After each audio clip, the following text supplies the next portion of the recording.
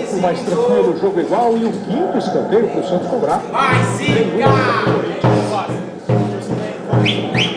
Continua de olho ali em Alessandro e Marcelo. Foi direto pela linha de fundo. Se o Caio tivesse no lugar do Júnior,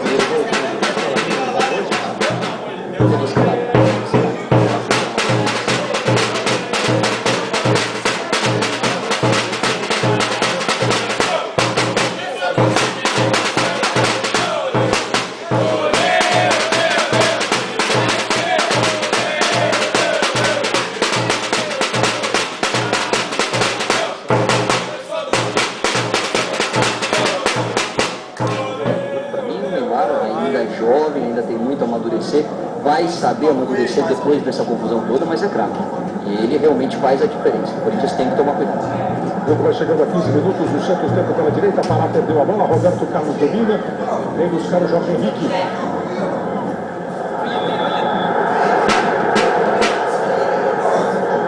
Foi falta, o juiz parou o jogo. Falta do Haroldo em cima do Jorge Henrique.